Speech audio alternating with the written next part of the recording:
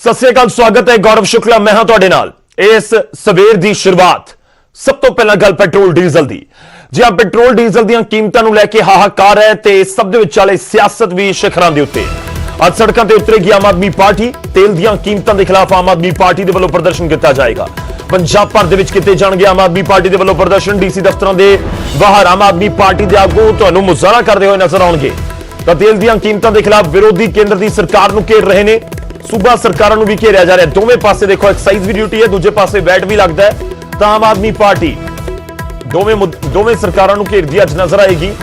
DC दफ्तर के बाहर धरना प्रदर्शन करने का ऐलान किया गया है। पेट्रोल डीजल दी कीमतां लगातार वधिया ने। देश के कई सूबों के पेट्रोल की कीमत जी प्रीमियम पेट्रोल की कीमत 100 रुपए तो पार पहुंच चुकी है। तो सब दे विचाले विरोधी केंद्र की सरकार के उत्ते वर रहे हैं कि आखिर पेट्रोल दी कीमतां ते लगाम क्यों नहीं लगा रही। बीजेपी का तर्क है कि केंद्र सरकार के अधीन हुण नहीं आउंदा, पेट्रोल कंपनियां ही इसके रेट वधाउंदियां ने या घटाउंदियां ने, ते इस करके केंद्र की सरकार का इसदे विच कोई रोल नहीं है। खैर, लोगों के उत्ते बोझ पै रहे, लोगों के बजट बिगड़े हुए ने। जिस तरीके नाल पेट्रोल डीजल के रेट लगातार वधदे नजर आए ने, ते इस विचाले हुण विरोधी पार्टियां सियासी तौर के उत्ते घेरनगियां केंद्र की सरकार नूं। आम आदमी पार्टी अज सड़कों के उत्ते नजर आएगी पंजाब दे विच।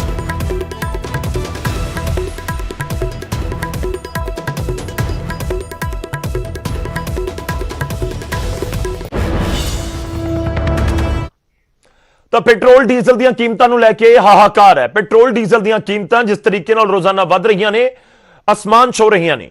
तेल कीमतां नूं लैके केंद्र सरकार विरोधियों के निशाने उत्ते है, पर बीजेपी वधिया कीमतां दे पिछे अपना ही तर्क दे रही है। रिपोर्ट देखो।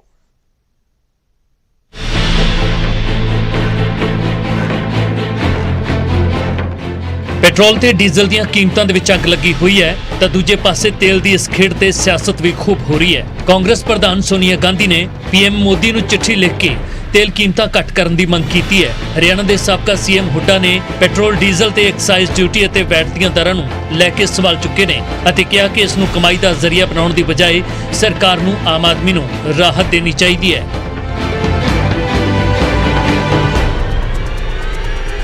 वैट ही डबल से ज़्यादा कर दिया।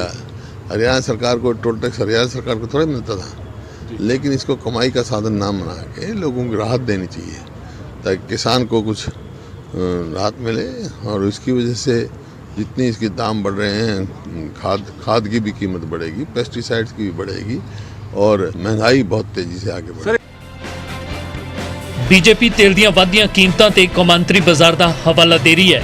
बीजेपी आगू भी कह रहे हैं तेल तो मिलती एक्साइज ड्यूटी देश निर्माण दे विच लग रही है।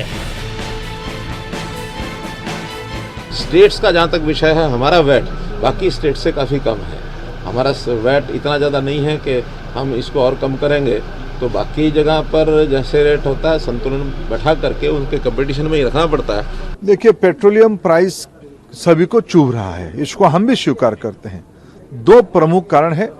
अंतर्राष्ट्रीय बाजार में उत्पादन घटने के कारण उत्पादनकारी देश ज़्यादा मुनाफाखोरी के लिए कम उत्पादन करते हैं, उपभोक्ताकारी देश उसकी नुकसान उठा रहे हैं। इस विच कोई दो रामा नहीं कि पेट्रोल ते डीजल ਦੀਆਂ ਕੀਮਤਾਂ ਵਧਣ ਦੇ ਨਾਲ ਤੇਲ ਕੰਪਨੀਆਂ ਮੁਨਾਫਾ ਵਸੂਲ ਰਹੀਆਂ ਨੇ ਅਤੇ ਆਮ ਆਦਮੀ ਦਾ ਤੇਲ ਨਿਕਲ ਰਿਹਾ ਹੈ ਅਤੇ ਹੁਣ ਸਰਕਾਰ ਦੇ ਬਿਆਨਾਂ ਤੋਂ ਸਾਫ਼ ਸੰਕੇਤ ਨੇ ਕਿ ਰਾਹਤ ਮਿਲਣ ਦੀ ਉਮੀਦ ਨਹੀਂ ਹੈ। करनाल तो हिमांशु नारंग, न्यूज़ 18।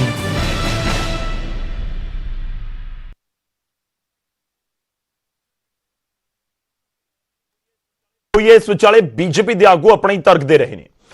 हुण गल करते हैं कोरोना वैक्सीन की। जी हां, कोरोना वैक्सीन के उत्ते पंजाब के सेहत मंत्री सेहत मुलाजमां नूं चेतावनी दिंदे नजर आ रहे हैं। कह रहे हैं कि कोरोना वैक्सीन नहीं लगवाओगे तो फिर मुफ्त दे विच इलाज भी नहीं मिलेगा।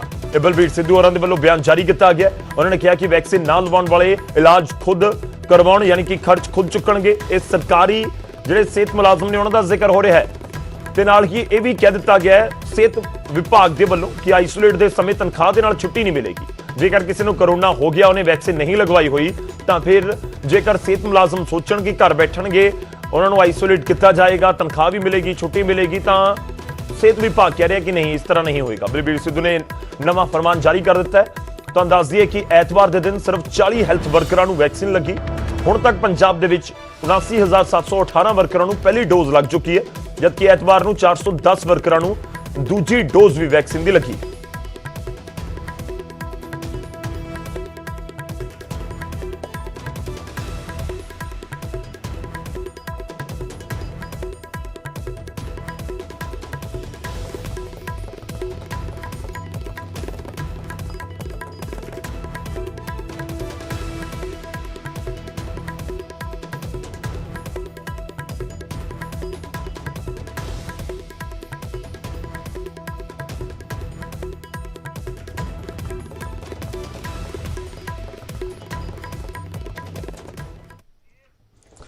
ਹੁਣ ਅੱਗੇ ਵਧਦੇ ਹਾਂ ਤੇ ਗੱਲ ਕਿਸਾਨਾਂ ਦੀ। ਜਿਹਾਂ ਕਿਸਾਨ ਅੰਦੋਲਨ ਜਾਰੀ ਹੈ ਤੇ ਸਭ ਦੇ ਵਿਚਾਲੇ 28 ਫਰਵਰੀ ਤੋਂ ਕਿਸਾਨ ਅੰਦੋਲਨ ਦਾ ਤੀਜਾ ਫੇਜ਼ ਸ਼ੁਰੂਆਤ ਕਰਨ ਦੀ ਐਲਾਨ ਕਰ ਦਿੱਤਾ ਗਿਆ ਸੰਯੁਕਤ ਕਿਸਾਨ ਮੋਰਚੇ ਦੇ ਵੱਲੋਂ। ਜਿਹਾਂ ਸੰਯੁਕਤ ਕਿਸਾਨ ਮੋਰਚੇ ਦੀ ਐਤਵਾਰ ਨੂੰ ਮੀਟਿੰਗ ਹੋਈ ਤੇ ਮੀਟਿੰਗ ਤੋਂ ਬਾਅਦ ਪ੍ਰੈਸ ਕਾਨਫਰੰਸ ਦੇ ਵਿੱਚ ਐਲਾਨ ਕੀਤਾ ਗਿਆ 28 ਫਰਵਰੀ ਤੋਂ ਅੰਦੋਲਨ ਨੂੰ ਹੋਰ ਤੇਜ਼ ਕਰਾਂਗੇ। ਜਥੇਬੰਦੀਆਂ ਦੇ ਆਗੂਆਂ ਨੇ ਕਿਹਾ ਤੇ ਇਹ ਵੀ ਕਿਹਾ ਗਿਆ ਕਿ 24 ਫਰਵਰੀ ਨੂੰ ਦਮਨ ਵਿਰੋਧੀ ਦਿਵਸ ਮਨਾਇਆ ਜਾਵੇਗਾ। ਦਿੱਲੀ ਪੁਲਿਸ ਦੇ ਐਕਸ਼ਨ ਦੇ ਖਿਲਾਫ ਵੀ ਦਮਨ ਵਿਰੋਧੀ ਦਿਵਸ ਮਨਾਉਣ ਦਾ ਐਲਾਨ ਕੀਤਾ ਗਿਆ ਹੈ ਤੇ ਇਸ ਦਿਨ ਰਾਸ਼ਟਰਪਤੀ ਨੂੰ ਵੀ ਜਥੇਬੰਦੀਆਂ ਦੇ ਵੱਲੋਂ ਮੰਗ ਪੱਤਰ ਭੇਜਿਆ ਜਾਏਗਾ। ਸੰਯੁਕਤ ਕਿਸਾਨ ਮੋਰਚੇ ਦੇ ਵੱਲੋਂ ਐਲਾਨ ਕੀਤਾ ਗਿਆ ਕਿ 26 ਜਨਵਰੀ ਨੂੰ ਨੌਜਵਾਨ ਕਿਸਾਨ ਦਿਵਸ ਹੈ। ਸਾਰੀਆਂ ਸਟੇਜਾਂ ਨੌਜਵਾਨਾਂ ਨੂੰ ਸੰਭਾਲੀਆਂ ਜਾਣਗੀਆਂ। ਇਸ ਤੋਂ ਪਹਿਲਾਂ ਜਦੋਂ ਮਹਿਲਾ ਦਿਵਸ ਆਇਆ ਸੀ ਉਸ ਮੌਕੇ ਵੀ ਜਿਹੜੀਆਂ ਸਟੇਜਾਂ ਲੱਗੀਆਂ ਹੋਈਆਂ ਨੇ, ਚਾਹੇ ਟਿਕਰੀ ਬਾਰਡਰ ਤੇ ਹੋਵੇ ਜਾਂ ਫਿਰ ਸਿੰਘੂ ਬਾਰਡਰ ਤੇ ਹੋਵੇ ਜਾਂ ਫਿਰ ਗਾਜ਼ੀਪੁਰ ਤੇ, ਉਸ ਮੌਕੇ ਵੀ ਸਾਰੀਆਂ ਸਟੇਜਾਂ ਮਹਿਲਾਵਾਂ ਦੇ ਹਵਾਲੇ ਕੀਤੀਆਂ ਗਈਆਂ ਸੀ। ਹੁਣ ਨੌਜਵਾਨ ਦਿਵਸ ਦੇ ਮੌਕੇ ਨੌਜਵਾਨਾਂ ਦੇ ਸਪੁਰਦ ਕੀਤੀਆਂ ਜਾਣਗੀਆਂ। ਇਹ ਵੀ ਦਿਲਚਸਪ ਹੈ ਕਿ 26 ਫਰਵਰੀ ਨੂੰ ਦਿੱਲੀ ਮੋਰਚੇ ਦੇ 3 ਮਹੀਨੇ ਪੂਰੇ ਹੋਣ ਜਾ ਰਹੇ ਨੇ। ਕਿਸਾਨ ਆਗੂਆਂ ਨੇ 26 ਫਰਵਰੀ ਨੂੰ ਨੌਜਵਾਨਾਂ ਨੂੰ ਦਿੱਲੀ ਦੇ ਬਾਰਡਰਾਂ ਤੇ ਪਹੁੰਚਣ ਦੀ ਅਪੀਲ ਕੀਤੀ ਤੇ ਨਾਲ ਹੀ ਇਹ ਵੀ ਦੱਸ ਦਈਏ ਕਿ ਕਿਸਾਨ ਆਗੂ 3 ਫੇਜ਼ ਦੀ ਗੱਲ ਕਰ ਰਹੇ ਨੇ, ਯਾਨੀ ਕਿ 26 ਜਨਵਰੀ ਤੱਕ ਪਹਿਲਾ ਫੇਜ਼ ਦੱਸਿਆ ਜਾ ਰਿਹਾ ਕਿਸਾਨ ਅੰਦੋਲਨ ਦਾ, ਜੋ ਦਿੱਲੀ 'ਚ ਸ਼ੁਰੂ ਹੋਇਆ 26 ਨਵੰਬਰ ਨੂੰ, ਤੇ ਉਸ ਤੋਂ ਬਾਅਦ ਮੌਜੂਦਾ ਦੌਰ ਦੇ ਵਿੱਚ ਦੂਜਾ ਫੇਜ਼ ਤੇ ਹੁਣ 28 ਫਰਵਰੀ ਤੋਂ ਤੀਜਾ ਫੇਜ਼ ਸ਼ੁਰੂ ਹੋਵੇਗਾ। ये आंदोलन अपने तीसरे चरण में कैसा दिखाई देगा, इसके स्वरूप के बारे में भी विस्तार से चर्चा हुई।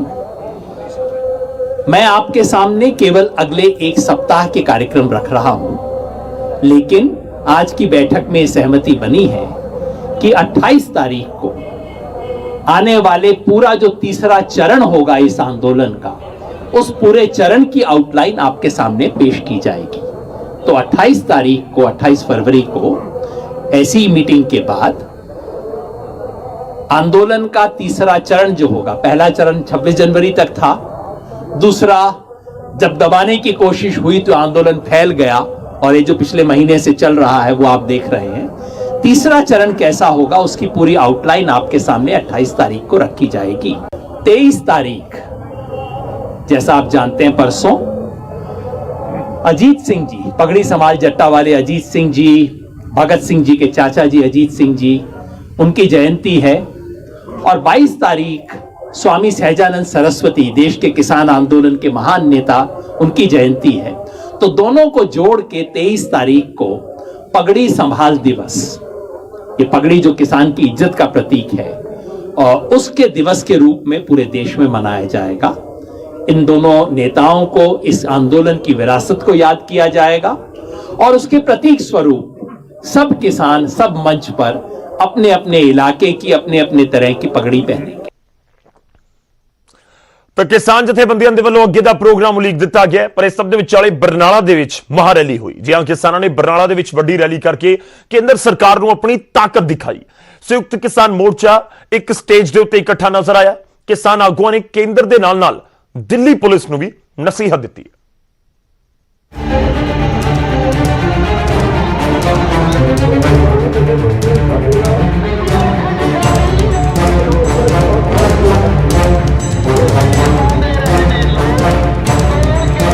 ਦਿੱਲੀ ਦੇ ਬਾਰਡਰਾਂ ਤੇ ਡਟੇ ਕਿਸਾਨ ਸੂਬਿਆਂ ਵਿੱਚ ਵੀ ਦਮਖਮ ਦਿਖਾਉਣ ਲੱਗੇ ਨੇ ਅਤੇ ਜਦੋਂ ਬਰਨਾਲਾ ਦੇ ਵਿੱਚ ਕਿਸਾਨਾਂ ਦਾ ਮੰਚ ਸਜਿਆ ਤਾਂ ਨਜ਼ਾਰਾ ਕੁਝ ਅਜਿਹਾ ਸੀ।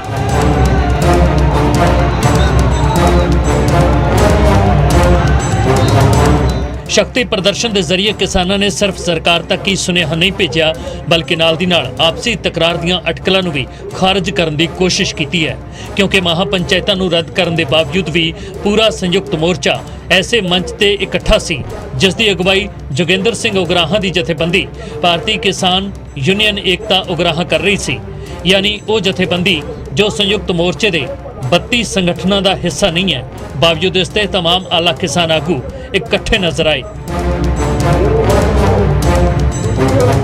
ये दिल्ली सरकार के परचा नहीं जवाब है, ਇਹੋ ਹੀ ਜਵਾਬ ਹੈ। ਜਿਹਾ ਜਿਹਾ ਨੇ ਜ਼ਬਰ ਕੀਤਾ ਉਹਨੇ ਫਿਰ ਕੁਝ ਇਹਨੇ ਪੱਤਾ ਚਲਾਇਆ ਉੱਥੇ, ਫਿਰ ਕੋਈ ਦੰਗੇ ਫੈਲਾਉਣ ਦੀ ਕੋਸ਼ਿਸ਼ ਕੀਤੀ ਹੈ, ਨਕਸਲਵਾੜੀ ਕਹਿਣ ਦੀ ਕੋਸ਼ਿਸ਼ ਹੈ, ਖਾਲਿਸਤਾਨੀ ਕਹਿਣ ਦੀ ਕੋਸ਼ਿਸ਼ ਕੀਤੀ ਹੈ, ਪਾੜਨ ਦੀ ਕੋਸ਼ਿਸ਼ ਕੀਤੀ ਹੈ, ਅੱਡ ਅੱਡ ਜਥੇਬੰਦੀਆਂ ਤੇ ਹਮਲੇ ਕਰਨ ਦੀ ਕੋਸ਼ਿਸ਼ ਕੀਤੀ ਹੈ, ਆਗੂਆਂ ਦੇ ਪਰਚੇ ਦਰਜ ਕਰਨ ਦੀ ਕੋਸ਼ਿਸ਼ ਕੀਤੀ ਹੈ, ਉੱਥੇ ਔਰਤਾਂ ਭੇਜਣ ਦੀ, ਸ਼ਰਾਬ ਵੰਡਣ ਦੀ ਕੋਸ਼ਿਸ਼ ਕੀਤੀ ਹੈ। ਉਹਨਾਂ ਨੇ ਹਰੇਕ ਪੱਤਾ ਚਲਾਇਆ ਉੱਥੇ। ਇਸ ਕਰਕੇ ਉਹ ਸਾਰੇ ਪੱਤਿਆਂ ਦਾ ਜਵਾਬ ਦਿੱਤਾ ਸਰਕਾਰ ਨੇ ਵੀ ਤੂੰ ਐਵੇਂ ਜਿਹੜਾ ਲੋਕਾਂ ਦੇ ਨਾਲ ਹੁਣ ਤੱਕ ਤੂੰ ਗੁੰਮਰਾਹ ਕਰਦੀ ਰਹੀ ਹੈ, ਲੋਕਾਂ ਨੂੰ ਲੋਕਾਂ ਦੇ ਧੱਕੇ ਕਰਦੀ ਰਹੀ ਹੈ, ਇਹਦਾ ਜਵਾਬ ਹੈ ਇਹ ਲੋਕਾਂ ਦਾ ਜਵਾਬ।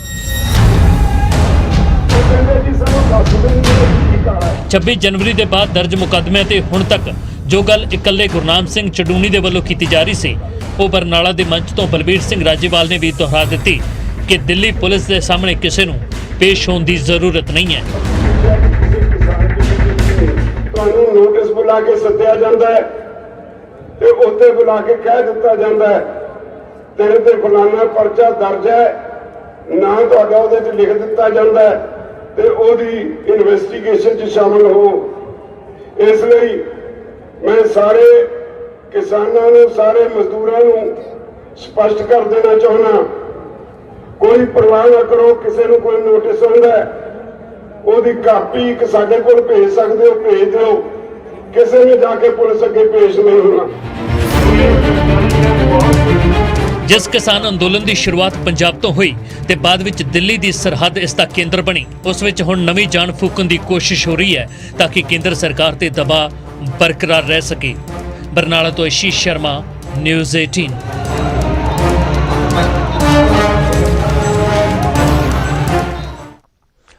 ਹੁਣ ਅੱਗੇ ਵਧਦੇ ਹਾਂ ਤੇ ਗੱਲ ਕਰੋਨਾ ਦੀ। ਕੋਵਿਡ-19 ਮਹਾਮਾਰੀ ਨੇ ਆਪਸੀ ਨਿਰਭਰਤਾ ਦੀ ਭਾਵਨਾ ਨੂੰ ਮਜ਼ਬੂਤ ਕੀਤਾ ਹੈ, ਜਿਸ ਦੇ ਨਾਲ ਪੂਰਾ ਦੇਸ਼ ਇਸ ਮੁਸੀਬਤ ਦਾ ਇਕਜੁੱਟ ਹੋ ਕੇ ਮੁਕਾਬਲਾ ਕਰ ਸਕੇ। ਵੈਕਸੀਨੇਸ਼ਨ ਦੇ ਐਲਾਨ ਤੋਂ ਬਾਅਦ ਜ਼ਰੂਰਤ ਹੈ ਕਿ ਅਸੀਂ ਆਪਣੀ ਮੋਹਰੀ ਯੋਗਦਾਨ ਪਾਈਏ, ਜਿਸ ਦੇ ਨਾਲ ਅਸੀਂ ਇੱਕੋ ਸਮੇਂ ਵਾਇਰਸ ਨੂੰ ਹਰਾਉਣ ਵੱਲ ਕਦਮ ਵਧਾ ਸਕੀਏ। ਨੈਟਵਰਕ 18 ਇਸ ਮੁਹਿੰਮ ਦੇ ਵਿੱਚ ਹਰ ਕਦਮ ਦੇ ਵਿੱਚ ਤੁਹਾਡੇ ਨਾਲ ਹੋਵੇਗਾ। ਜਦੋਂ ਤੱਕ ਸਾਰੇ ਸੁਰੱਖਿਅਤ ਨਹੀਂ ਹੁੰਦੇ, ਉਸ ਵੇਲੇ ਤੱਕ ਕੋਈ ਸੁਰੱਖਿਅਤ ਨਹੀਂ ਹੋਵੇਗਾ। ਇਸ ਸੋਚ ਦੇ ਆਧਾਰ ਦੇ ਉੱਤੇ ਕੈਂਪੇਨ ਸੰਜੀਵਨੀ ਦਾ ਉਦੇਸ਼ ਇਹ ਯਕੀਨੀ ਕਰਨਾ ਹੈ ਕਿ ਵੈਕਸੀਨ ਪਾਉਣਾ ਸਾਰੇ ਭਾਰਤੀਆਂ ਦਾ ਅਧਿਕਾਰ ਹੈ।